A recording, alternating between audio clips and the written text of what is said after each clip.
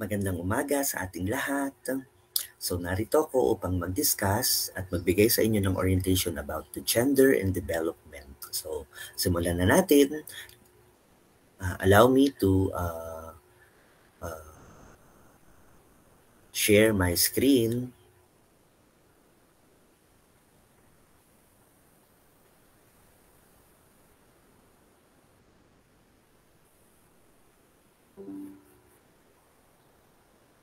Ayan. Okay, so gender and development.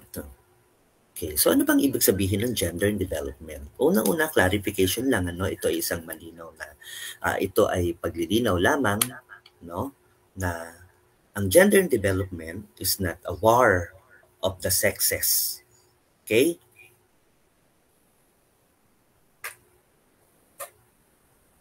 It's not a war of the sexes. Hindi natin dito pinag-aaway ang dalawang sex. Ano? Hindi natin dito pinag-aaway ang lalaki at ang babae, no? It is not a war of the sexes. Lalong-lalo na ang gender development is not anti-male, no? Hindi ito anti-male, no? Hindi natin dito inaaway ang lalaki. Hindi ito patungkol sa mga usapin na tumutuligsa sa mga kalalakihan, no? Both the women and men are victims of gender inequality, although the victims are more often women than men. No? Mas madalas kasi sa lipunan natin, mas madalas na ang mga kababaihan ang nagiging biktima ng gender inequality na ito. No? Pero meron din ng mga lalaki na biktima ng gender inequality. Kaya lang mas madalas ang mga babae ang biktima dito. Both women and men have stake in the struggle for gender equality. No, lahat tayo naghahangad ng gender equality, mapa lalaki man or mapa babae. So that is gender and development. Gender and development is about recognizing, no, kinikilala natin na nag-e-exist ang mga gender inequalities. Kaya lang, hindi sapat na nare-recognize lang natin. Hindi sapat na nakikita lang natin na nag-e-exist itong mga gender inequalities na to. But, we need to act to correct them, no? Kailangan nating gumawa ng paraan. Kailangan nating gumawa ng mga solusyon, ng mga hakbang kung paano natin makukorek itong mga gender inequalities na to. Kung paano natin mai-eliminate itong mga gender inequalities na ito na nag-i-exist sa ating lipunan. So simulan natin ngayon sa basic concept ng sex and gender. Okay? Pag sinabi nating sex, no, unahin natin yung salitang sex, no? Pag sinabi nating sex, it refers to the difference of physical, biological, and natural attributes between the male and the female. So ito daw ay tumutukoy sa pagkakaibang physical, biological, and natural attributes sa pagitan ng lalaki at ng babae. Sex ang sagot kapag ang tanong ay what you are born with. Ano ka nung ikaw ay ipinanganak? Ano yung taglay mong sex nung ikaw ay pinanganak? Ito ang sumasagot sa tanong na what you are born with. Yun yung sex. No? So makikita nyo sa illustration natin, yan, you don't have what I have. Okay? So ito yung physical differences ng lalaki at babae. Iisa-isahin natin ang physical, biological, and natural attributes ng isang lalaki, differences I mean, ng isang lalaki at ng isang babae. Okay. So unahin natin yung physical differences. Pag sinabi nating physical differences, no? Tignan natin yung external genitalia. Ibig sabihin, ng external genitalia, ito yung nasa labas natin ng ating katawan. Ito yung nakikita natin, nahahawakan natin, no? So, pagdating sa male, meron silang penis and scrotum. Sa female naman, meron silang tinatawag na vagina and clitoris. Yun ang pinagkaiba ng external genitalia ng male at ng female. Pag pinag-uusapan naman natin ang internal reproductive organ, no? Ang lalaki, meron silang tinatawag na testes and testicles.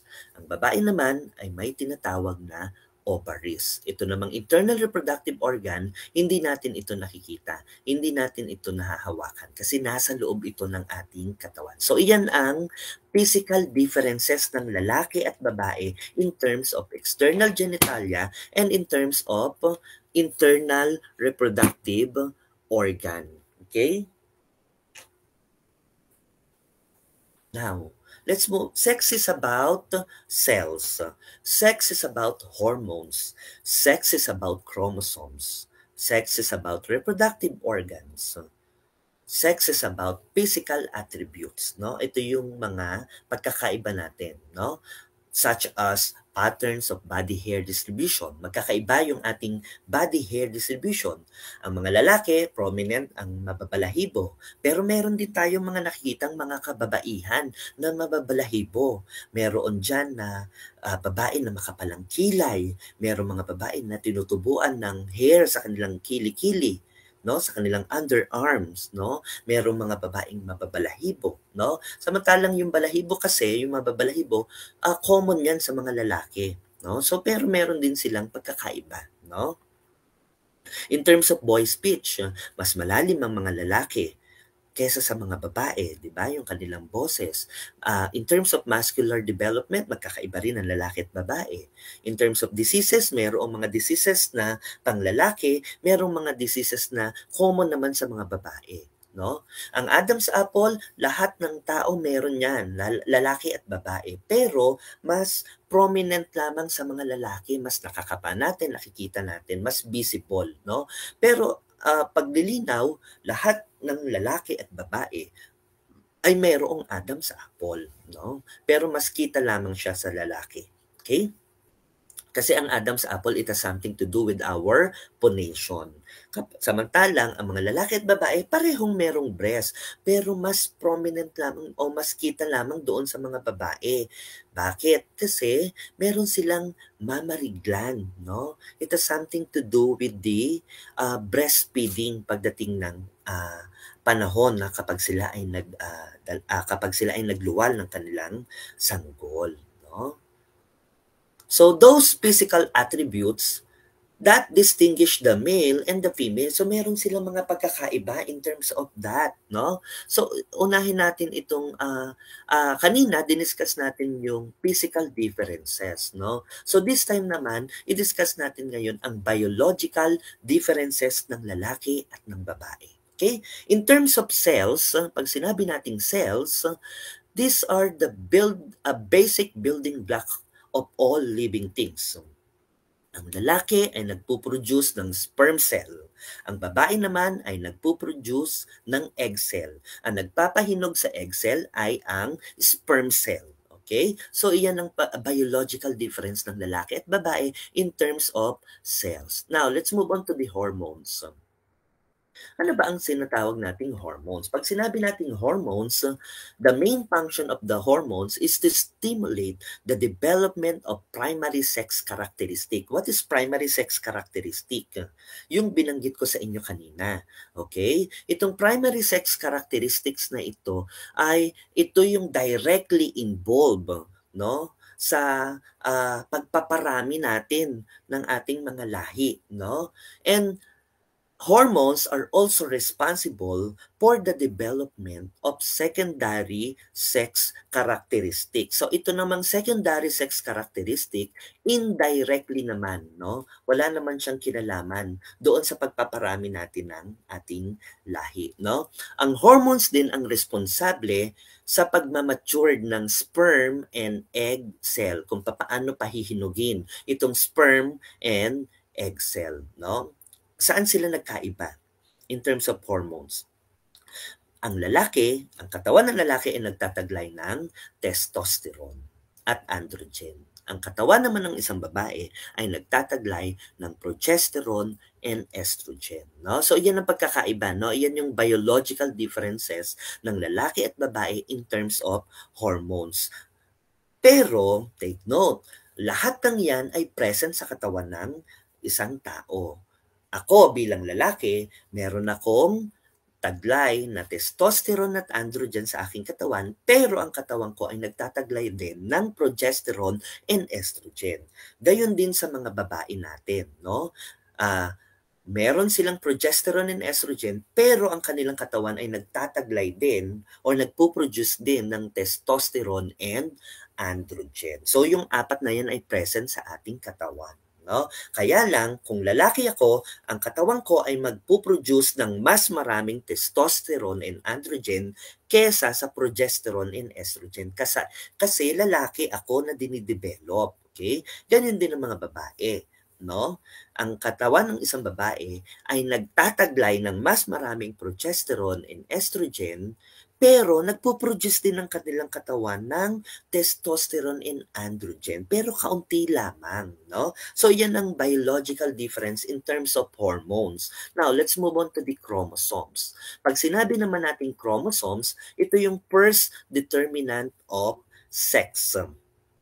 It contains genes na ipinapasa ng ating mga magulang sa atin para mabuo tayo, no?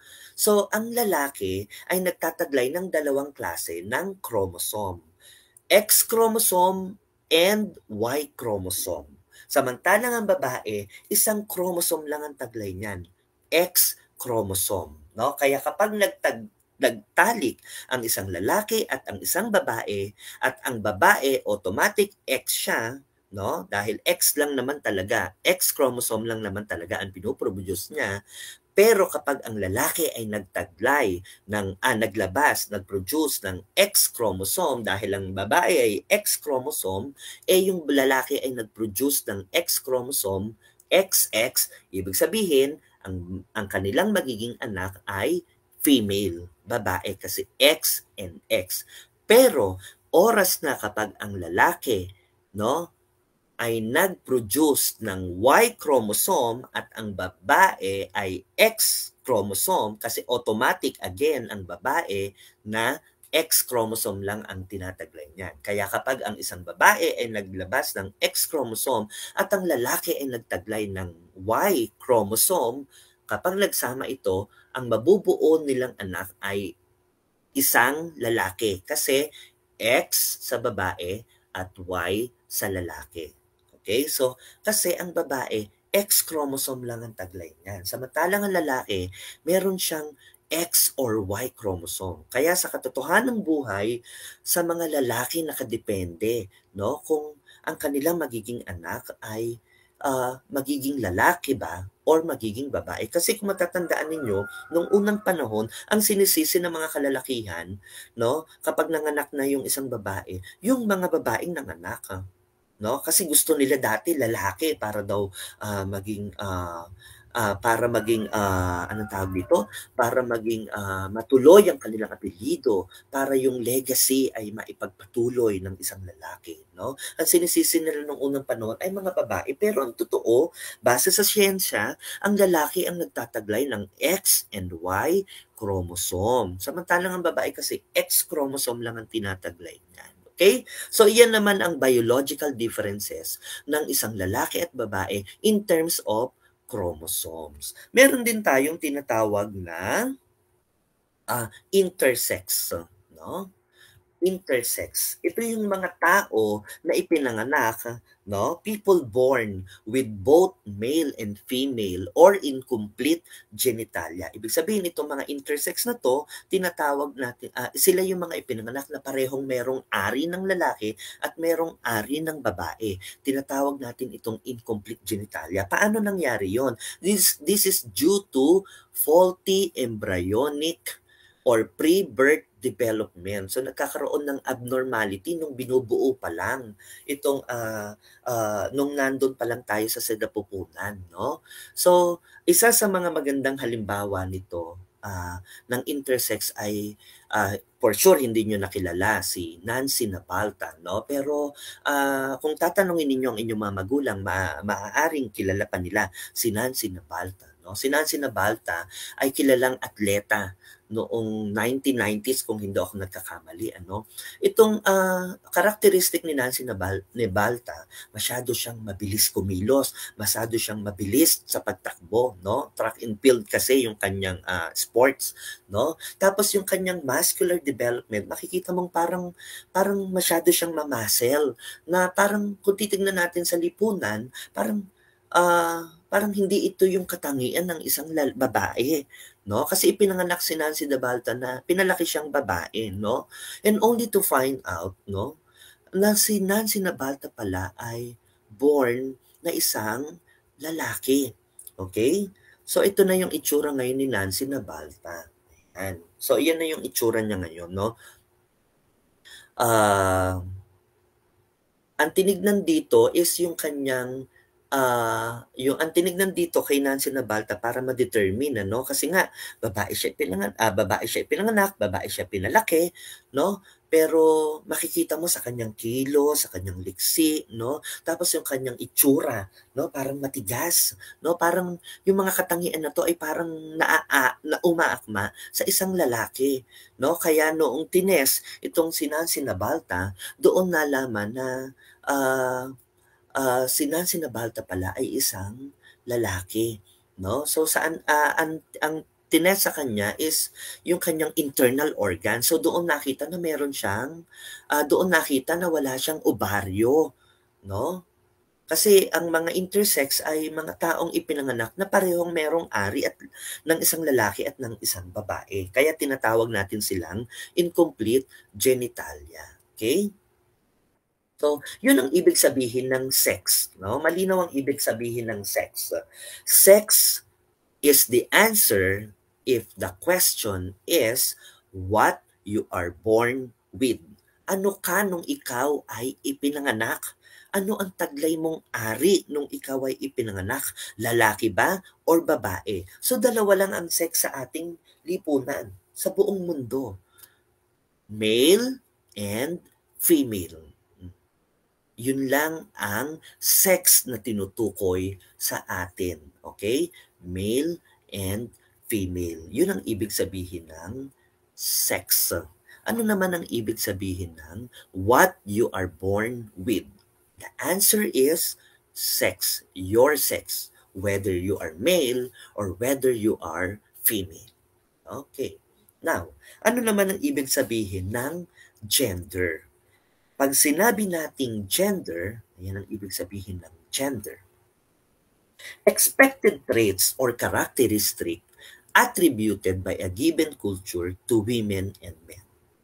Ang gender daw ay nurtured, learned behavior, attitudes, and feelings. Ang gender ay tumutukoy sa social roles and relations, capacities, and capabilities. Ito ay pagkakaibang pang-intelektual, pang-emosyonal, and social characteristic ng isang tao. Gender is culturally assigned roles expected of a person that characterize masculine and feminine. So dito naman sa gender, kung kanina sa sex, ang ating category ay dalawa lamang, male and female. Sa gender naman, ang pinag-uusapan natin, masculinity and femininity. Ibig sabihin, pag sinabi nating gender, all differences, lahat-lahat na ng differences except biological. No, 'yun ang ibig sabihin ng gender. So kanina, ang sex, 'di ba? Kanina, ang sex ang sagot sa tanong na what you are born with. Lalaki ba yung ipinanganak o babae ang ipinanganak? 'Yun ang sex, dalawa lamang. Dito naman sa gender, dahil ang sabi natin ang gender ay all differences except biological, no? Ang gender naman ang sumasagot doon sa tanong na what happens afterwards? Ano ang nangyari sa batang ipinanganak na lalaki? Ano ang nangyari sa batang ipinanganak na babae? Ano yung kanyang naging traits? Ano yung kanyang naging characteristic? Ano yung kanyang naging attitude? Ano yung naging feelings? Ano yung naging social role? Ano yung naging relations? Ano yung naging capacities? Ano yung naging capabilities? Ano yung intellectual? Ano yung emotional? Ano yung social characteristic nung ipinanganak na lalaki at nung ipinanganak na babae? So gender is the answer if the question is what happens afterwards? Ano yung nangyari doon sa batang ipinanganak na lalaki? Ano yung nangyari sa batang ipinanganak na babae? No? Yun ang sagot natin, gender, no? Ang nagdidikta sa gender ay ang ating kultura, no? Ay ang ating lipunan, no? Kaya ang tawag natin ay as defined by a given society, characteristic attributes to females are labeled as feminine. No? Characteristics attributed to males are labeled as masculine. So therefore, gender is a social construct. Anong ibig sabihin nito? Ang nagdi-define ng gender ay ang ating kultura, ang ating lipunang ginagalawan. Yun ang ibig sabihin ng gender. Ang nagdi-define kung ano ang gender natin ay ang ating lipunan at kung ano ang ating kultura. Kultura ang nagdidikta sa gender. No? Kaya tinatawag nating gender is a social construct. Kapag nagbago ang social norms, magbabago din ang definisyon ng masculinity and femininity na tinatawag natin, di ba? Kanina sabi ko sa inyo, kanina ang sex dalawa lang. Sex is male and female. Dito sa gender, meron tayong pinag-uusapan na masculine and feminine. Kapag nagbago ang social norms, magbabago din ang definition natin ng masculine and femininity. Okay? I'll give you an example of gender. Okay? Pag history lang tayo, no? Balikan natin yung ating history, no? Nung unang panahon, bago pa tayo sakupin ng mga Espanyol, 'di ba? Meron na tayong lipunang ginagalawan. Ang mga early Filipinos noon ay meron ng mga lipunang ginagalawan, 'di ba? Meron na silang mga barangay, no? Na pinamumunuan ng mga dato, 'di ba? Kung matatandaan ninyo yung ating kasaysayan, no? Yung dato, ito yung leader pinakamataas sa lipunan noong early Filipinos, no? Noon, no, meron tayong tinatawag na ang mga kababaihan noong early Filipinos, no, bago pa pre-Spanish Filipinos, no, bago pa tayo sakupin ng mga mananakop, ang mga babae noon, ang pagtingin ng lipunan sa mga babae ay matataas, no? Kaya nga meron tayong tinatawag noon na mga ano tawag natin doon? Meron tayong tinatawag na mga yung merong direct contact merong tayong direct contact doon sa bathala, no? Yung mga female priest, no? Sila yon. Ang tawag natin, nakalimutan ko lang yung tawag natin doon, no, sa female priest na yon. Mataas yung pagtingin natin dito sa mga babae. Kasi noong unang panahon, no, itong mga female priest natin na ito, sila yung may direct contact sa mga bathala, no? Kaya kinikilala silang mataas sa lipunan. Bukod doon, no, itong mga female priest natin na ito, no, ito yung tinatawag nating advisor ng mga dato. So bago ang mga dato, kapag meron siyang mga gustong ipatupad ng mga polisiya, mga batas na nais niyang ipatupad sa kanyang nasasakupan, kinukonsulta muna niya itong mga female priest natin na ito, no? Sa kanya muna unang sinasabi bago ito ipatupad, no? Itong mga female, bukod doon sa mga female priest natin na ito, no, ang mga kababaihan noon ay pupuwedeng humalili sa dato kapag namatay ang dato o kapag nawala na yung mga dato, 'no? Itong mga kababaihan na 'to ay mataas ang pagtingin sa lipunan noong pre-Spanish era, 'no? Itong mga early Filipinos natin na ito, mataas ang pagtingin sa mga kababaihan, 'no? Kaya nga ang mga babae nauunang lumalakad diyan, tapos ang mga nasa likod niyan, mga lalaki, 'no? Meron silang, distansya kasi para makita ng mga lalaki kung meron bang, danger na, papalapit sa mga kababaihan. Ang mga kababaihan nung unang panahon ay pupuwedeng magmana ng, ari-arian, 'no, nung unang panahon 'yan. Ngayon, itong mga, kababaihan kasi iyon ang idinidikta ng lipunan noon, ng kultura, na dapat mataas ang pagtingin sa mga kababaihan, 'no? Yun ang idinidikta, yun yung sinasabi ko sa inyo kanina, that gender is a social construct. Ang nagdidikta o ang nagde-define ng gender natin ay ang ating kultura, yung ating lipunan, 'no? Oh, ano nangyari do'n, 'di ba? Noong, bago tayo sakupin ng Espanyol, ang taas ng pagtingin ng mga kababaihan, ng lipunan sa mga kababaihan. Pero anong nangyari? Noong nagbago ang lipunan, nagbago ang kultura nung sinakop tayo ng mga Espanyol for 333 years. So ano nangyari noon? 'Di ba, yung mataas na pagtingin ng mga kababaihan, yung mataas na pagtingin ng mga kababaihan noon, bago tayo sakupin ng mga Espanyol, pero nung sinakop na tayo ng mga Espanyol, 'no, ano nangyari? Ang mga babae ay nawalan ng kapangyarihan sa lipunan. Bumaba ang pagtingin sa mga babae. Ang mga kababaihan nung panahon ng mga Espanyol, oo na lang ng oo, tango na lang ng tungo, sunod na lang ng sunod sa mga lalaki, sa mga praile, 'di ba? Tapos kailangan magbihis na sila ng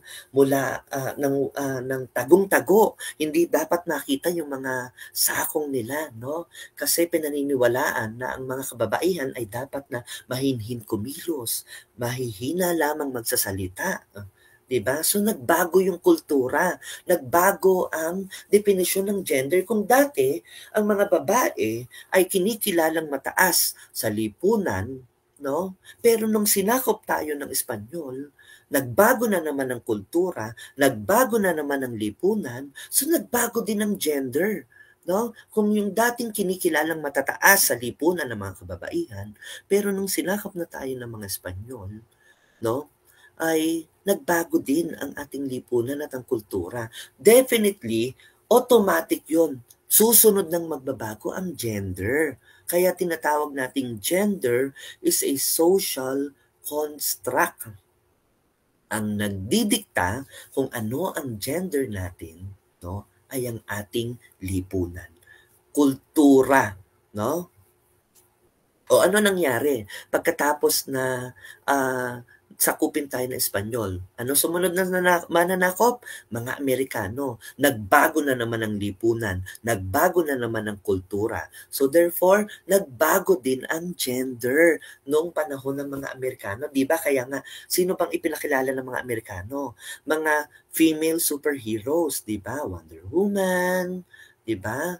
Nandiyan na, 'di ba? Yan na yung mga naglabasan na yung mga female heroes natin. Nagbago ang gender kasi nagbago ang society, nagbago ang kultura, 'no? So, ang gender ulit, 'no, paulit-ulit binabanggit natin, gender is a social construct. Ang nagdidikta kung ano ang gender natin ay ang ating lipunan, ang ating kultura, okay? So, reviewin lang natin. Ano bang pinagkaiba ng sex at gender? Pag sinabi nating sex, ito ay tumutukoy sa male or female. What you are born with. Ano ka nung ikaw ay ipinanganak? Lalaki ka ba o babae? Sex is biologically determined. 'Di ba? Kaya nga pinag-usapan natin kanina yung cells, pinag-usapan natin kanina yung chromosome, pinag-usapan natin kanina ang hormones, 'no? Kasi may pagkakaiba ang lalaki at babae in terms of biological.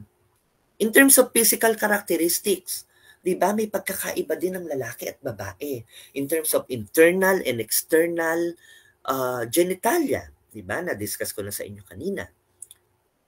Ang sex ay constant across time, hindi nagbabago yan. Kasi iyan ka na nung ikaw ay ipinanganak. So kahit lumipat ka ng ibang bansa, kung lalaki kayo tinuturing sa Pilipinas, magpalipat-lipat ka man ng bansa, lalaki ka pa rin ituturing sa ibang bansa, no?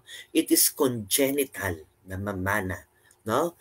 Sex is constant and same across different societies and culture. Ito yung binanggit ko sa inyo kanina, na magpalipat-lipat ka man, kung ikaw ay pinanganak dito na lalaki, kung ikaw ay pinanganak dito na babae, no? Kahit saan ka lumipat na lipunan, kahit saan ka lumipat na kultura, ikaw ay ituturing pa rin doon na lalaki or babae. Because sex is permanent. Whether you are male or female. Sex is the answer if the question is what you are born with. Lalaki ka ba or babae? While the gender, it's about masculine and feminine. Gender is socially determined. Kultura, no? Lipunan. It is culturally defined, di ba? Paulit-ulit binanggit ko sa inyo kanina, gender is a social construct because ang nagdidikta ng ating gender ay ang ating kultura. Gender changes over time. Mabilis magbago. Kapag nagbago ang kultura, kapag nagbago ang lipunan, magbabago din ang gender. Gender is learned behavior, natututunan.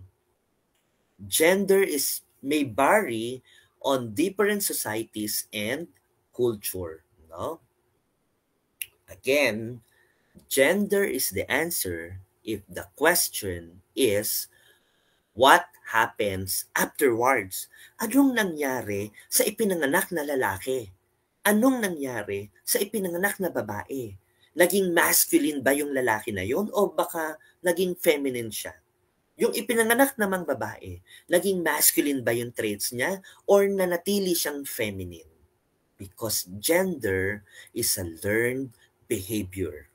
So walang permanency ang gender. Basta nagbago ang kultura, nagbago ang lipunan, magbabago din ang gender. Because again, gender is a social construct. Okay? Ang nagdidikta kung ano ang ating gender ay ang ating kultura at ang ating lipunan. So malinaw yan ha? Huwag kayong mako-confuse, no? Sex and gender. Ano ang pinagkaiba niya? Kasi dati nalilito tayo kapag sinabi natin, huy, tama ba yung tanong natin noon na kapag may nakita tayong pregnant, no? Tatanong natin, huy, ano ba yung ano yung magiging gender ng anak mo? No, that is not the right question kasi hindi pa nila alam kung ano yung magiging traits nung sanggol na nasa sinapupunan na hindi pa ipinapanganak. Kasi matututunan pa lang niya ang gender niya kapag siya ay inilabas na at iniluwal na, kapag siya ay nakahalubilo na sa lipunan. No? Baka ang tinutukoy natin, uy, ano ang sex ng magiging anak mo? Lalaki ba yan or babae? Okay? Mali yung tanong natin sa mga pregnant, no? Kapag nakakita tayo ng mga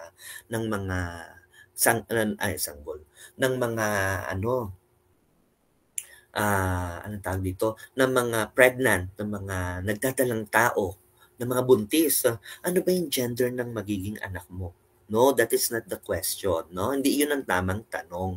The right question is ano ang magiging sex ng iyong anak? Lalaki ba or babae?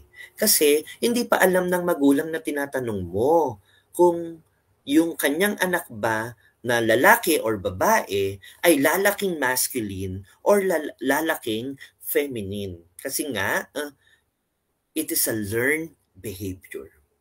Gender is a social construct. Okay? So malinaw yan ha. Walang malilito sa inyo. Sex and gender, magkaiba. Okay? Okay, sige. Tingnan nga natin ito. Tingnan niya natin kung may natutunan. Question. Sagutin nyo lang ha kung sex or gender ang sagot. Boys are good in math and science. No, ang mga lalaki daw ay magaling sa math and science. Samantalang ang mga babae ay magaling daw sa arts and literature. This is a statement about sex ba ang tinutukoy dyan or gender? Sige nga, anong sagot ninyo? Boys are good in math and science, while girls are good in arts and literature. This statement is about, the answer is, gender. No? Why gender? Kasi, hindi natin po pwedeng sabihin na ang mga lalaki lang ang mahilig sa math and science. Meron din mga babaeng magaling sa math and science. Same thing with the arts and literature. Hindi lang mga babae dyan. Meron ding mga lalaki. No? Gender. No? Hindi siya sex. Kasi wala naman tayong pinag-uusapan dyan na lalaki or babae. Wala naman tayong pinag-uusapan dyan na ari. Diba? Next. Sino mga tama dyan? No? Very good sa mga nakatama na sagot. Next question. What should be used in forms? Yung mga intake forms natin. Ano daw yung dapat natin gamitin? Di ba yung mga pag nagpipil up tayo, kunyari pumunta tayo sa isang government office. Kunyari nag-apply tayo ng passport. Di ba meron tayong pipil upan na form doon? Tapos tatanungin sa atin kung lalaki or babae ba tayo, di ba? So ano ba yung tamang dapat nakalagay sa mga intake forms natin, no? Sex ba or gender? Anong sagot ninyo? Sige nga. Okay, the answer is sex.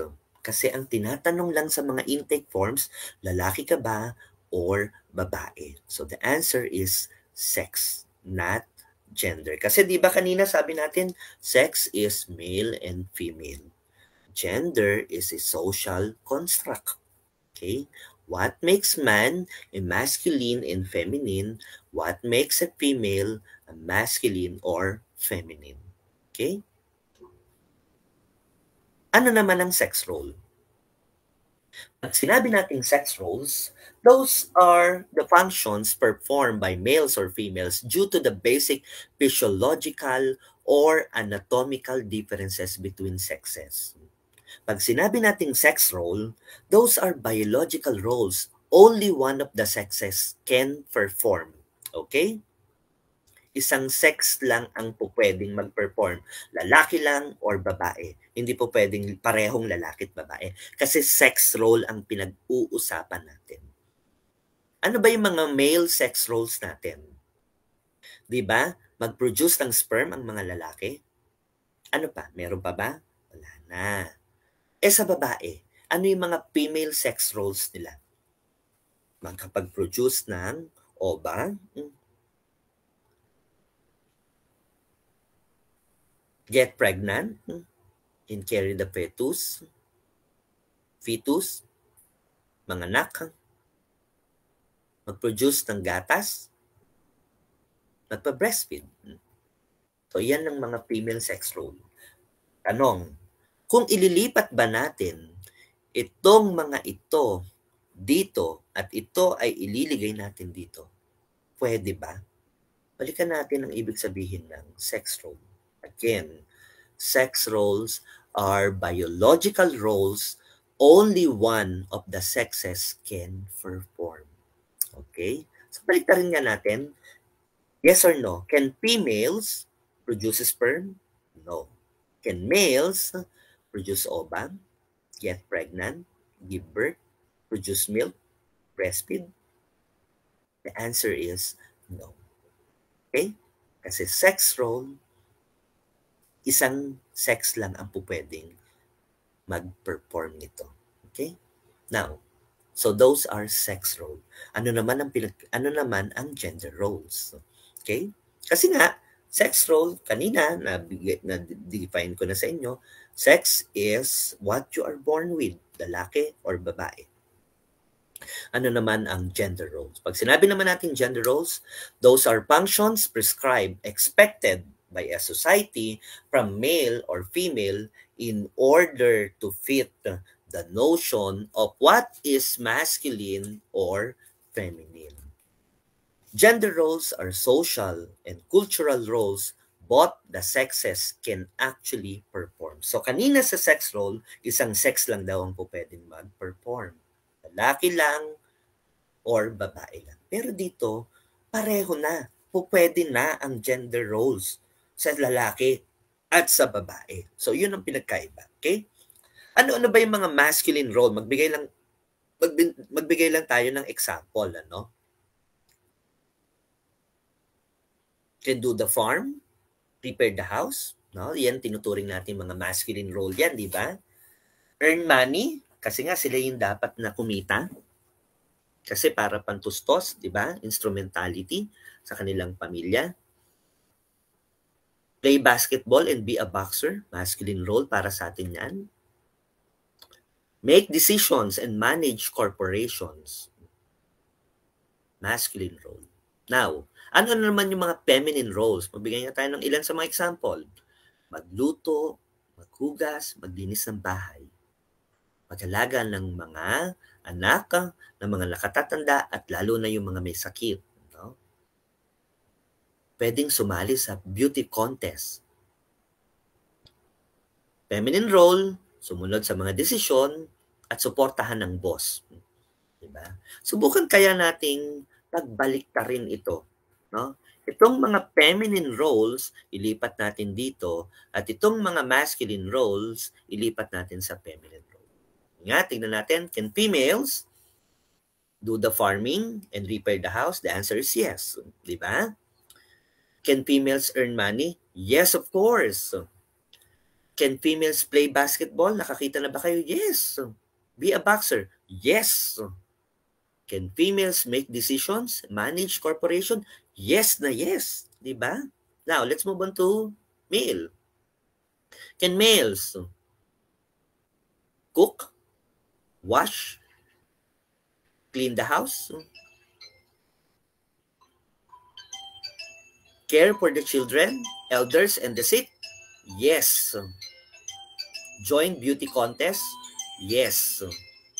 Follow decisions? Support the boss? Yes. So, yun yung sinasabi ko sa inyo kanina, no?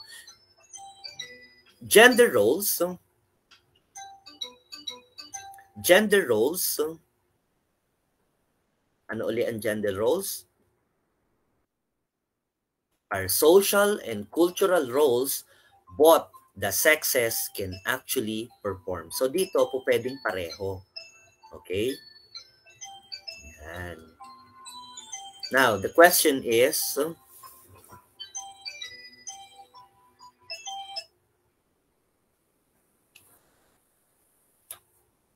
nag-alarm. Sorry. Kasi ang oras na yun ay, 3:30 ng madaling araw. Are women feminine? What's your answer?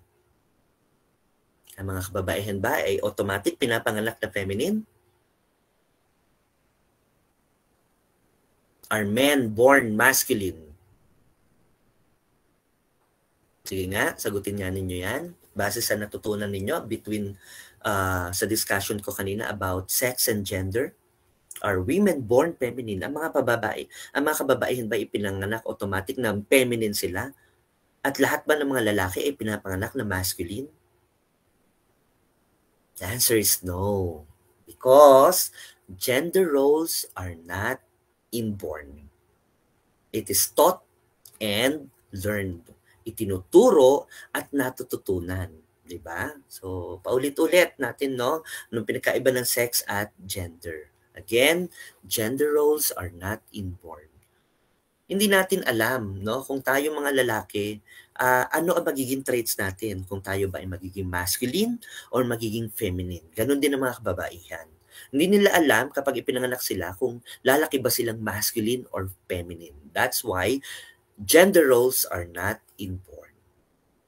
Because gender roles are taught and learned. Itinuturo at natututunan. Okay? Malinaw ba? So malinaw na ba ang ibig sabihin ng sex at gender? Anong pagkakaiba nila? Hindi sila magkapareho, magkaiba sila. Okay? So, wag nang malilito sa sex and gender. Now, let's move on to the third sex. No? Madalas ko itong naririnig eh. Third sex. Meron ba talagang third sex? Sige nga, sagutin nga ninyo. Meron ba talagang third sex? Tanggalin na ninyo sa isipan ng third sex. No? Why? Kasi kapag sinabi nating third sex, sinong first? Sinong first sex? Sino ang second sex? Kasi third sex ang pinag-uusapan natin, di ba? So there's no such thing as third sex. Wala namang papayag na first sex. Wala namang papayag na second sex. No, parang may hierarchy. Wala. Di ba ang pinopromote nga natin, ang nilalaban nga natin, gender equality. Tapos lalagyan natin ng hierarchy, first sex, second sex, third sex. Kaya walang third sex. Okay? So pasukin natin ngayon ang discussion ng sexual orientation and gender identity or yung tinatawag nating SOGI. Pag sinabi nating SOGI, no, unang ginamit ang salitang SOGI or yung sexual orientation and gender identity. Actually, in expression pa yun eh. SOGIE. Pero dito lang muna tayo sa SOGI, sexual orientation and gender identity. Okay? Unang ginamit ang sexual orientation and gender identity o yung SOGI noong November 2006 kung saan ang United Nations ay nagpatawag ng isang international convention na ginanap sa Yogyakarta, Indonesia. No? Dito binuo nila ang Yogyakarta Principles. No? So, ibig sabihin, ang Pilipinas, dahil ang Pilipinas ay miyembro ng United Nations o samahan ng mga nagkakaisang bansa, ang Pilipinas ay nagpadala ng representative sa International Convention na ginanap sa Yogyakarta, Indonesia. No? So, nagpadala ang mga bansa ng mga representative sa iba't ibang sektor ng ating lipunan. Meron sa education, merong mga human rights advocate, merong mga religious sector, merong mga pinadala sa business, media, medicine, law, public service, etc. No? Anong ginawa nila sa International Convention? Bumuo ang mga bansa, ang United Nations, no, kasama na yung mga member state nila ng isang international convention. Bakit? Kasi itong SOGI na ito yung response nila sa various forms of SOGI-based violation. Kasi itong mga members ng LGBT, marami nang natatanggap na mga concerns or various forms ng SOGI-based violence ang United Nations. Kaya nagpatawag na sila ng isang international convention kung saan binuo nila yung tinatawag nilang Yogyakarta Principle. I don't remember kung ilang Yogyakarta Principle. Parang kung di po ako nagkakamali, 30. No? Pwede nyo na lang i-search, no? Yung Yogyakarta Principle. Okay? Ang problema natin dito sa Yogyakarta Principle na ito, alam naman natin, pare-pareho naman tayo nag-aral ng history, no? Sa ating kasaysayan, alam naman natin pare-pareho na ang United Nations ay walang pangil, no? Wala naman siyang kapangyarihan na i-impose kung ano yung napag-usapan dito sa International Convention na to, no? Yung Yogyakarta Principle na to, hindi niya po pwedeng i-impose, Pilipinas, sundin ninyo itong Yogyakarta Principle. Hindi naman ganoon ang United Nations. Bakit?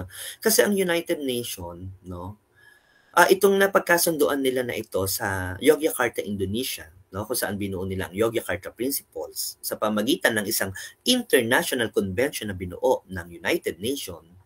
Principle lang ito, isa lang itong kasunduan, isa lang itong covenant, no? Pero hindi ito batas, no? Wala kasing kapangyarihan ang United Nations na mag-impose ng mga batas sa buong sa lahat ng kanilang mga member state, no? Sa lahat ng mga bansa na kabilang sa United Nations, no? So para saan pa itong Yogyakarta Principle? So parang nasayang, hindi naman, no? Kasi halimbawa tayo Pilipinas, nagpadala tayo doon ng representative. Ngayon, kung ano yung napagkasunduan natin sa International Convention na ito, kung saan nabuo natin ang Yogyakarta Principle na ito, no? Pag-uwi natin sa Pilipinas, nung umuwi itong mga representative natin sa Pilipinas, tayo ang mangunguna, no? Kung ano ang mga mekanismong gagawin natin, ano-ano yung mga pamamaraan na gagawin natin sa Pilipinas para maisulong or matupad natin yung napagkasunduan natin sa International Convention sa Yogyakarta, Indonesia, yung Yogyakarta Principle. Paano natin ito ipatutupad? Kanya-kanyang gawa ng mga pamamaraan ang lahat ng mga member state kung paano nila ito ipatutupad. Okay? Bakit hindi na lang i-impose ng United Nations? Kasi ang United Nations ay kinikilala niya ang iba't ibang mga bansa, yung kanilang mga member state, sa kanilang kultura, sa kanilang pamamaraan ng mga pagdadraft ng mga law, no? Kaya hindi nag-i-impose ang United Nations. Kaya madalas ang United Nations, mga ano lamang ito, mga principle, mga kasunduan. Ngayon, yung mga present doon, yung mga pumirma doon sa kasunduan na yon, pag uwi ninyo sa inyong mga bansa, kanya-kanya kayong gawa ng paraan. Papaano ninyo maipatutupad itong napagkasunduan ninyo sa International Convention. So, ayan yung history lamang nitong SOGI na to, yung Sexual Orientation and Gender Identity. Kasi nga, ang dami ng mga human rights violations na natatanggap ang United Nations mula sa ating mga miyembro ng LGBT. Okay? Now, unahin natin yung SO. Kasi 'di ba, dalawa 'yan, SOGI. So G. Unahin natin ang sexual orientation. Okay? Pag sinabi nating sexual orientation, ayan yung kanyang definition, pero masyado pang malalim ang kanyang definition, no? Ito na lang. Ayan. Pag sinabi nating sexual orientation, it is the expression of desire and your attraction. So napakasimple lang, ano? Pag sinabi nating sexual orientation, it is your expression of desire. It is your attraction. Kanino ka nagkakagusto? Kanino ka attracted? Sa lalaki ba o sa babae? Okay? So yun, gano'n lang kasimple ang sexual orientation. So sino-sino ba itong mga nasa sexual orientation na to? Anong tingin mo sa sarili mo, 'di ba? 'Yun ang kanino ka nagkakagusto, kanino ka attracted, kanino mo gustong makipag-sex. 'Yun ang ibig sabihin ng sexual orientation. So nandito yung tatlo, no? Yung tinatawag nating heterosexual, andito yung bisexual, at andito yung homosexual. Okay? Pag sinabi nating heterosexual, yung expression of desire and attraction nila is towards the members of the opposite sex. So kayo, kapag ganon, ibig sabihin kayo ay mga heterosexual. Laki ako, nagkakagusto ako sa babae. Babae ako, nagkakagusto ako sa lalaki. That is heterosexual. Your expression of desire, your attraction is towards the members of the opposite sex. Ano naman ang ibig sabihin ng bisexual? Kapag sinabi naman nating bisexual, your expression of desire, your attraction, your sexual orientation is towards the members of both sexes. Ibig sabihin, lalaki ako, pero attracted ako sa kapwa ko lalaki at sa babae. Or, babae ako, attracted ako sa kapwa ko babae at attracted din ako sa lalaki. Yun ang ibig sabihin ng bisexual. Your expression of desire or your attraction is towards the members of both sexes. Okay? Ano naman ang ibig sabihin ng homosexuals? Pag sinabi naman nating homosexuals, it is the expression of desire and attraction towards the member of the same sex. Ibig sabihin, lalaki ako, naa-attract ako sa kapwa ko lalaki. Or, babae ako, naa-attract ako sa kapwa ko babae. So, andito sa sexual orientation, yung tinatawag nating LGB, lesbian, gay, and bisexuals, no? Heterosexual, ito yung tinatawag nating mga straight. bisexual, both sexes ang kanilang attraction or expression of desire. And homosexuals, same sex naman. Okay? So, ganyan lang kasimple ang ibig sabihin ng sexual orientation, no? Kanino ka attracted? Kanino ka nagkakagusto? Sino ang bet mo? 'Di ba? So, kapag same, homo. Kapag both sex, bisexual. Kapag opposite, hetero. Okay? So, yun ang ibig sabihin ng sexual orientation. SO. No? Andyan yung L, G, and B. Lesbian, gay, and bisexual. Ano naman ang ibig sabihin ng gender identity? No?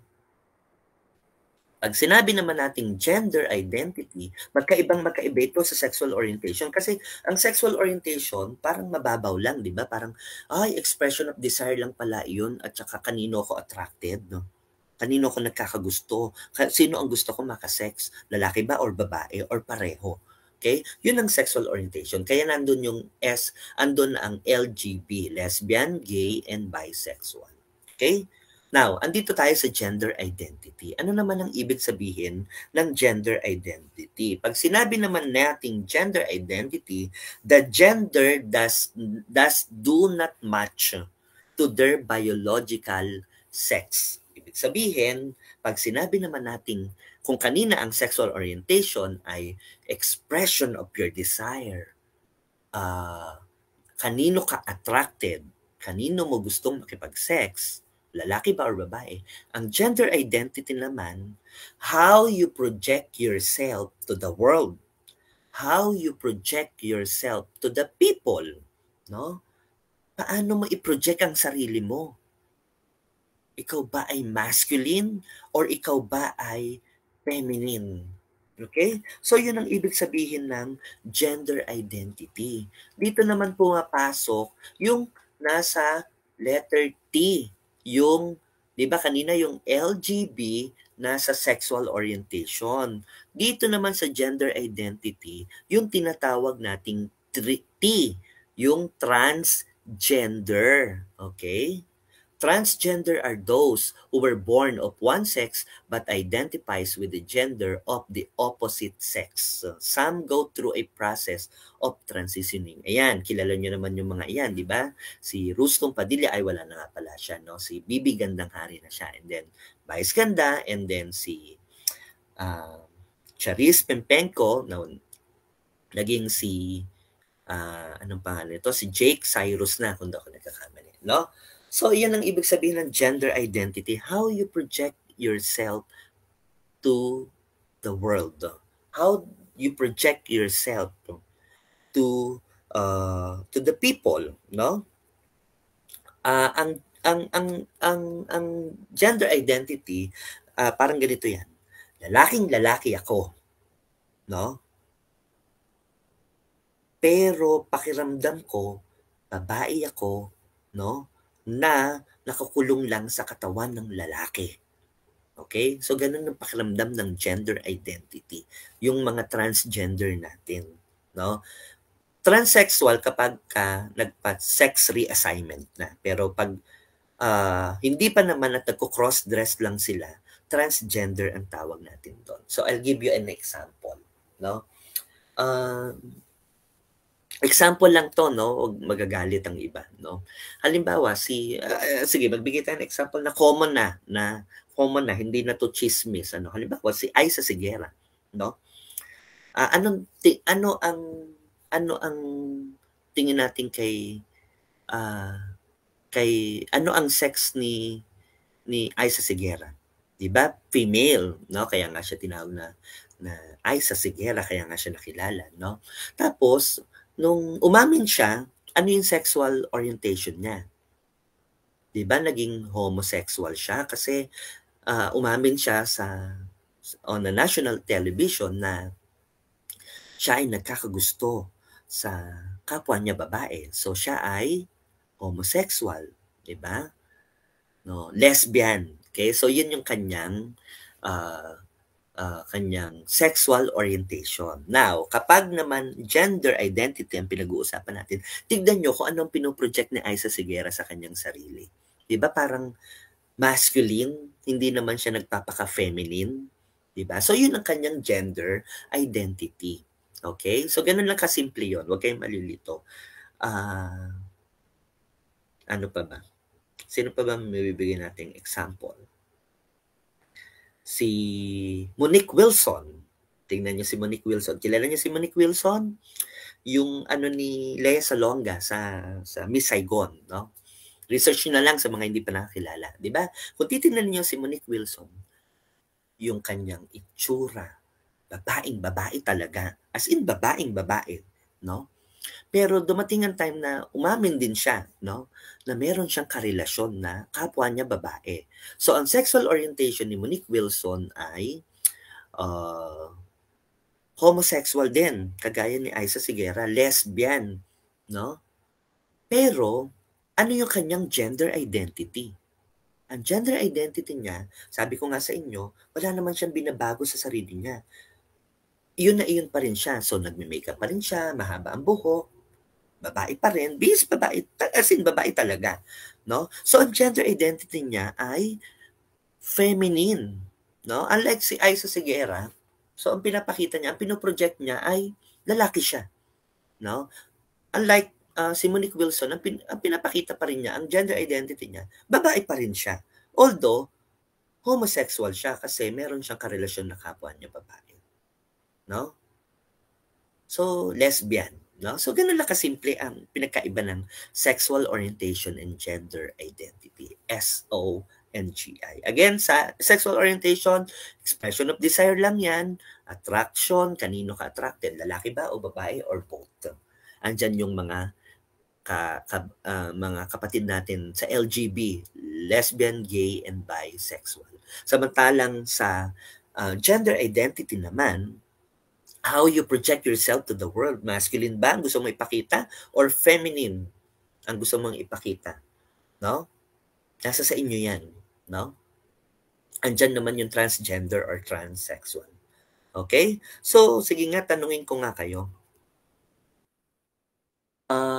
Paano nyo malalaman? How can you figure out someone's sexual orientation? Paano nyo nalalaman kung ano ang sexual orientation ng isang tao? Halimbawa ako, no? O yung mga kaibigan ninyo, no? Ginajudge nyo ba sila? Tinitignan nyo ba sila the way how they speak? Pag malambot, ang tingin ka ganun, bakla na ito. No? Malambot kasi magsalita. Kung paano siya manamit, kung paano siya maglakad. Ano ba yung mga hobbies niya? Ano ba yung mga interest niya? No? So doon ba natin tinitingnan ang sexual orientation ng isang tao? Dapat hindi, no? Kasi those mga binanggit ko ay mga simplified judgment lang natin, no? Yung pag malambot magsalita ay bakla na, ba? So hindi dapat ganoon kasi mga ano natin yan, simplified judgment natin. So, paano natin nga malalaman ang sexual orientation ng isang tao? Simple lang. If the person tells you, ganun lang kasimple. Kapag ako, halimbawa, sinabi ko sa inyo, I'm gay. So, yun. Pero yung uunahan ninyo ako, no, lalo na yun, di ba, meron tayong mga biruan ng mga kaibigan natin. Ako, alam ko naman lambot mong iyang kumilos, saka lambot mong magsalita na yan. Wala ka pang nililigawan. Alam ko naman, bakla ka magladlad ka na. No. That is the most oppressive na po pwede nating sabihin sa isang tao. Okay? Uunahan natin sila, imagine. Imagine ninyo, inuunahan natin sila. Those are simplified judgment. No? Magladlad ka na. Alam naman namin, bakla ka Huwag natin silang unahan. Huwag natin silang pangunahan. Inaano ba nila tayo? Hindi naman nila tayo pinapakialaman. So, ganun lang kasimple, no? Kung paano natin malalaman ang sexual orientation ng isang tao. If the person tells you, naku, tilaok ang manok, alas 4 na ng umaga. If the person tells you, okay? Kapag sinabi ko sa'yo diretso, doon nyo lang malalaman. Pero hangga't walang sinasabi ang mga kaibigan ninyo, huwag ninyong pangunahan. Okay? So ano ang natin dito? Ano yung mga many ugly implications nito? Bakit kailangan natin itong pag-usapan? Kasi lahat ng mga members ng LGBT, no, yung mga kapatid natin na ito, sila ay mga biktima ng stereotyping. Mamaya discuss natin, no? After this, yung stereotyping. Ano ba ibig sabihin ng stereotyping na yan? No? Invisible. No? Ang tingin natin sa kanila, invisible. No? Ang tingin natin sa kanila, hindi importante sa lipunan. No? They are marginalized. No? Madalas natin naririnig to. Yung kanilang boses, no, in terms of decision making ay hindi natin nadidinig. Okay? Stigma, 'di ba? Tingin natin kapag bakla, naku, may sakit yan, HIV/AIDS. Paano? Walang ginawa kundi maglandi, malalaki na malalaki. Naku, mauubos lang pera mo diyan. Sa lalaking yan. 'Di ba kasi ang tingin lang sa mga bakla, malalalaki lang na malalalaki. So, stigma, no? Inequality. And sa ibang bansa, Diyos ko, hanggang ngayon may persecution, no? They are maltreated, they are abused, they are discriminated, and they are oppressed. So, yan yung mga ugly implications na nararanasan ng mga kapatid nating LGBT. No? So, anong takeaway natin dito? No? So, we live in a world of diversity. So, tanggapin natin yon. Hindi lang lalaki at babae ang nakatira sa ating mundo. No, SOGI should not be used for unequal treatment and discrimination. Huwag natin gamitin ang sexual orientation or gender identity to unequal treatment and discrimination. Kaya dapat nating pinag-uusapan ang SOGI. So ano ang takeaway natin dito? Napakasimple lang ng takeaway natin dito, ng lesson natin dito, no? The lesson is not judging anyone, no? Let's not judge anyone, no? Wala tayong dapat i-judge. No? Do not assume anything to anyone. So, ganun lang kasimple yun, no? That's the moral of the story.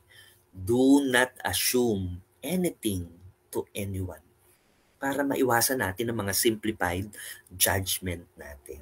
Okay? So, ganyan kasimple ang ibig sabihin ng sexual orientation and gender identity. At the end of the day, ikaw may hawak ng buhay mo, ikaw lang ang nakakaalam, no? Kung kanino ka nagkakagusto.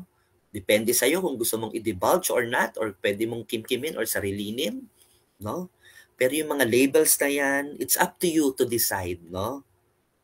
On how you want to label yourself. Okay? So, ito ilang mga tips lang to, no? On how to stop homophobia and biphobia. Treat everyone with respect and dignity. Yan ang very basic. Wag na wag mawawala sa atin. Bata pa lang tayo, tinuro na sa atin yan. Okay? Don't assume everyone you meet is straight. No? Wag nating i-assume na lahat ng namimit natin ay straight. No? Halimbawa, minamit tayo, lalaki. No? Tapos nakita natin may nakasuot na engagement ring. So, ina-expect agad natin ang kapartner niya, babae. No? Eh, paano kung hindi? Diba? Halimbawa, sa gym, diba, may nakikita tayo. Lalaki ng mga katawan, mga lalaking lalaki. Pero paglabas ng gym, mga nag-holding hands, diba? So, don't assume everyone you meet is straight. Don't claim that bisexual or homosexual who are afraid to come out. Okay? And don't label bisexual people as confused. Think about the words you use that could be considered hurtful.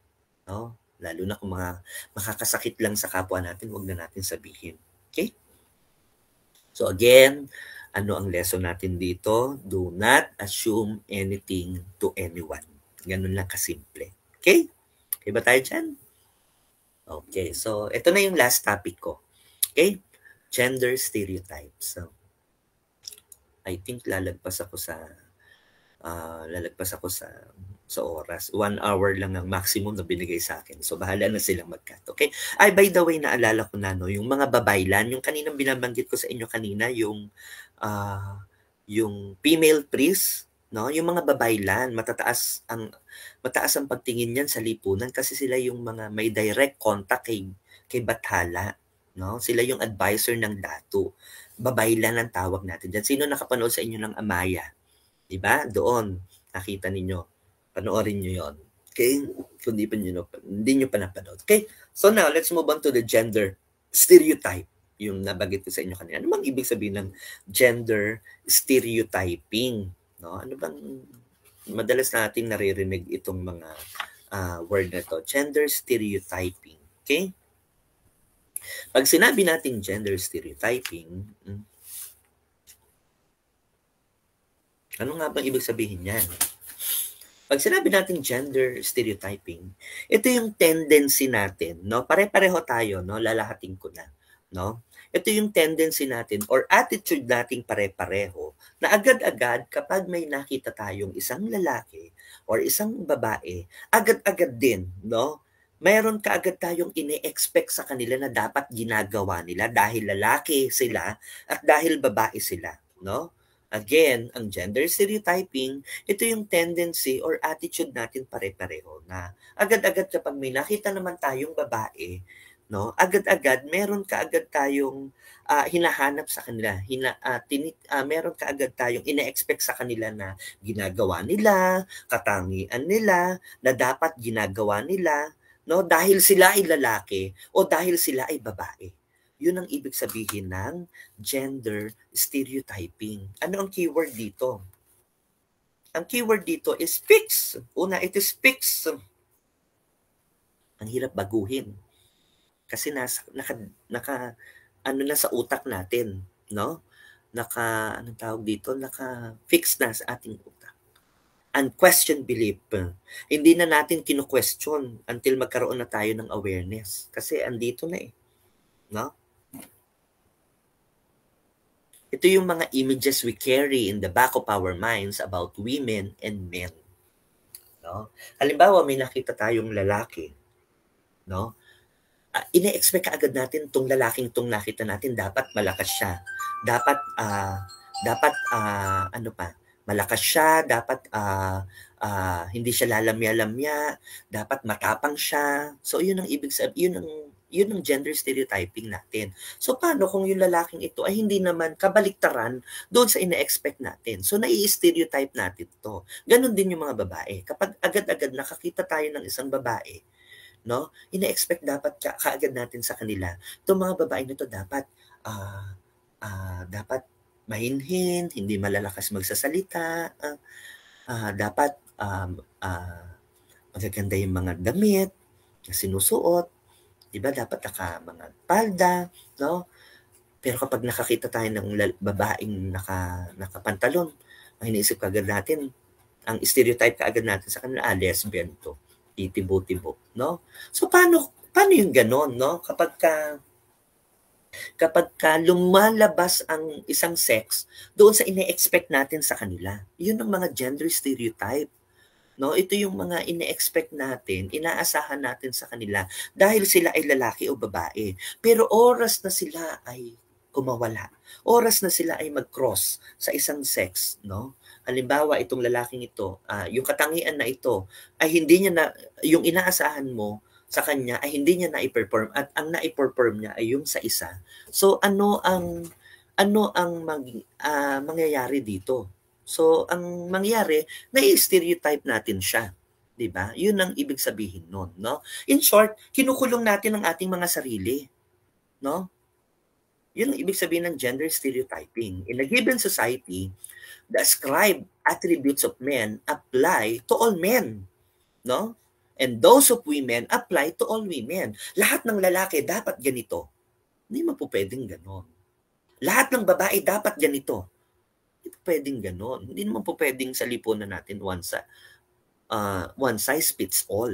Diba? So, hindi po pwedeng ganon. No? Hindi po pwedeng lahat ng lalaki na expect natin malalakas, matatapang. Diba? Malalaki ang boses. Dapat ang mga lalaki na yan ay naglalaro lahat ng basketball kasi mga panlalaki.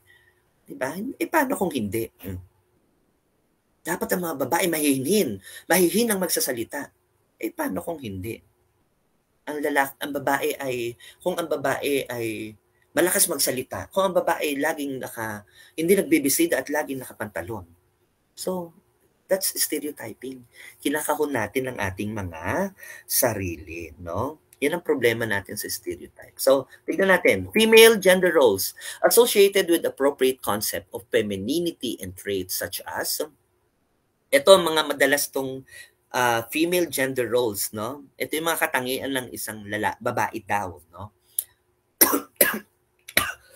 Excuse me. Dapat ang mga babae daw ay submissive. Oo na lang na oo, tango na lang ng tango, sunod na lang ng sunod. Ang mga babae dapat ay modest, no? Sorry, excuse me. Low profile. Halimbawa, magkasawa kayo, mas malaki ang kita ng babae kaysa sa lalaki. Hindi mo pwede pagyabang yun. Dapat na mag-shine yung lalaki. Kasi siya yung siya yung inaasahan ng lipunan na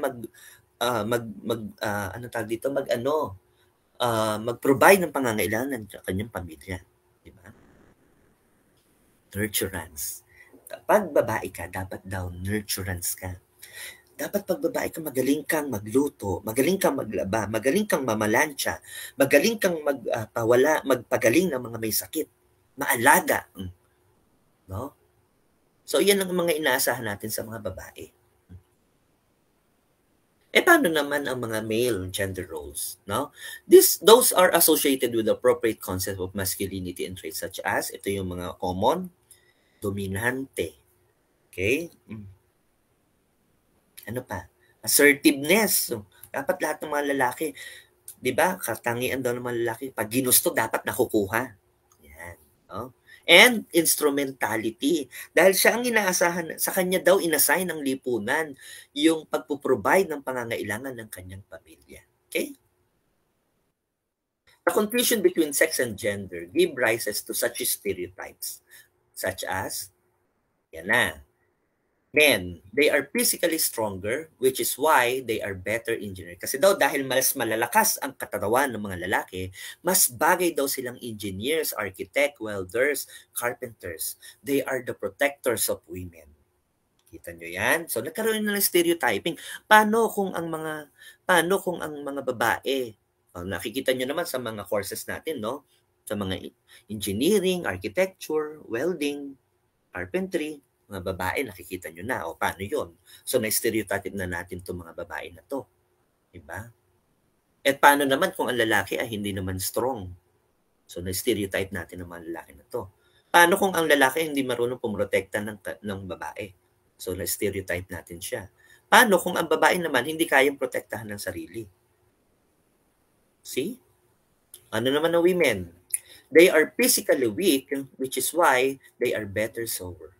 They need protection from men. Tanong, mga babae, kailangan nyo ba ang lalaki para protektahan sarili nyo? Aral kayo, basic self-defense, di ba? Hindi nyo kailangan. Okay, next.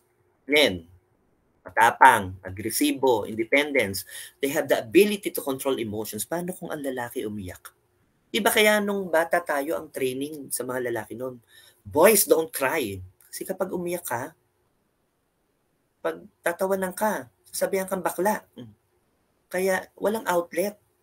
Dala-dala hanggang paglaki. Hindi masyado nagpapakita ng emosyon ng mga lalaki because they have the ability to control emotions. So, ang tendency, walang outlet, sumasabog. Diba? Kailangan niya may outlet.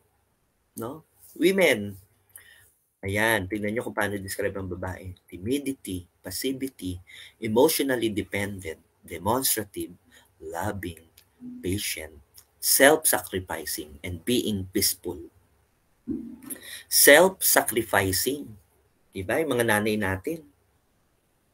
Naku, pag nakita natin masama pakiramdam, naku, uminom lang ako ng gamot. Mamaya, pag sinabi natin uminom ng gamot, sabi, hindi, humigop na ako ng mainit na sabaw, maya-maya to, wala na to. Diba? Ganyan lang ang nanay natin. Next, in leadership, men, work is the center of their lives. No?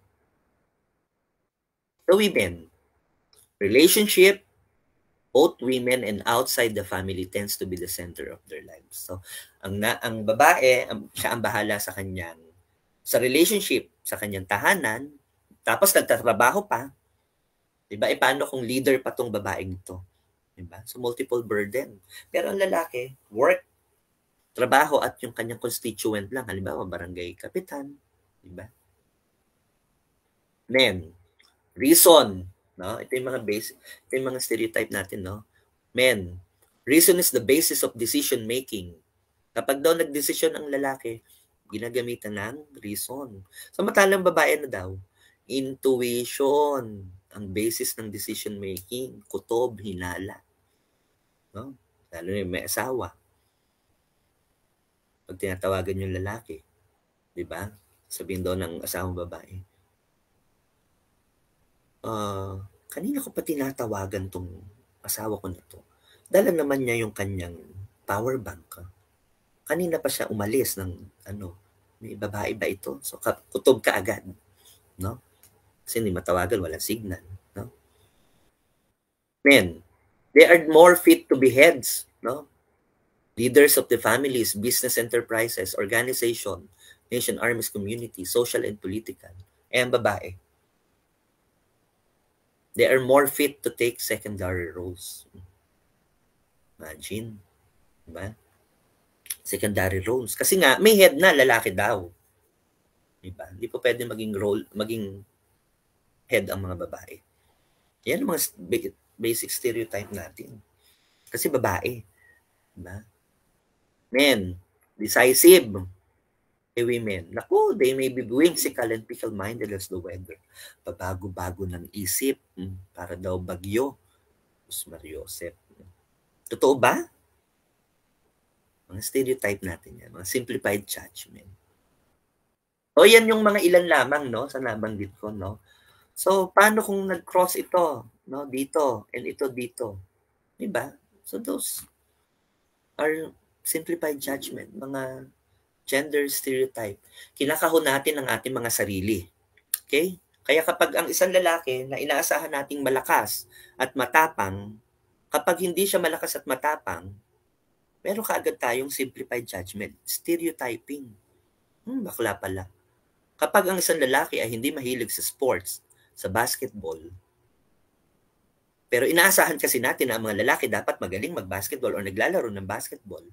Pero kapag ang isang lalaki hindi naglalaro ng basketball, meron kaagad tayong simplified judgment. Stereotyping na yun. Kinakahod natin ang ating mga sarili. Kaya kapag nag-crossover sa isang na traits, meron na kaagad tayong stereotyping. Question. Are we forever trapped in the gender roles shaped by our society?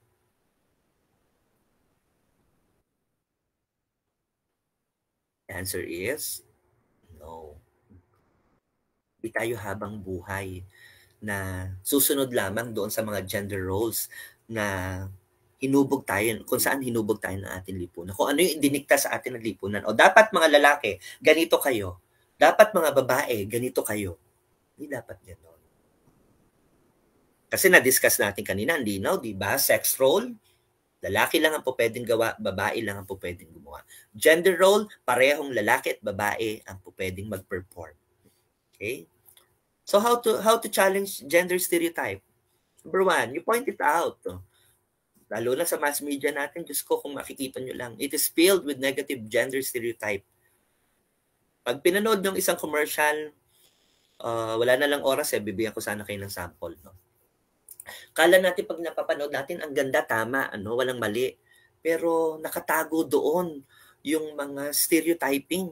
No? Mass media is filled with negative gender stereotyping, which sometimes hard to see. Talk with friends and family members about stereotype you see and help others recognize it. No? You point it out. Halimbawa, pansinin nyo, lahat ng commercial, no? Although ngayon meron na, pero before, lahat sa mga commercial natin sa TV ads, kapag ka ang kanilang inaano ay, kapag ang kanilang kino-commercial ay sabon na panlaba, pansinin nyo, sino ang madalas na naglalaba? Babae. Madalang ka makakita ng lalaki. Ngayon, nakikita mo na, di ba, mga lalaki. Pero noon, puro mga babae. So, stereotype na yon. Babae lang ba naglalaba? Diba? Ang dami nating mga kalalakihan naglalaba. So, yun, no? So, yun yung mga ilan sa mga nakatagong gender stereotype na mahirap makita. No? Then you walk the talk. Be a role model for family and friends. You treat individuals with respect and dignity, regardless of their sex and gender. Okay? Number 3, speak up. If someone is making sexist joke, you challenge them. Kasi natuto ka na eh. Alam mo na. Alam mo na ang pagkaiba ng sex at gender. Alam mo na ang sex role, ano ang gender role. Alam mo na na may gender stereotyping. You speak up. You challenge them. Number 4, you give it a try. As long as you'll safe doing it, and if you think you will, give it a try. People will learn from your example.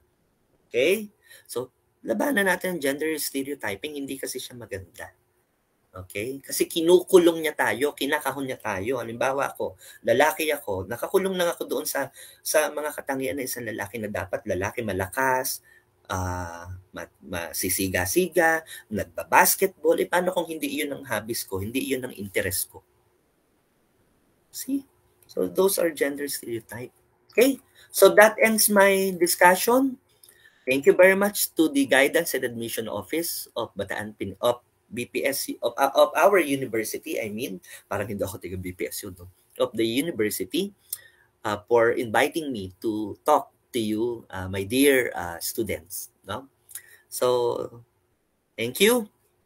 That ends my discussion. So, if you have your comments, suggestion, or queries, please send email to gadmc@bpsu.edu.ph.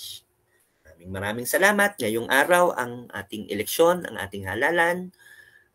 Tayong lahat ay pumunta sa ating mga presinto at i-exercise natin yung ating karapatan na ito.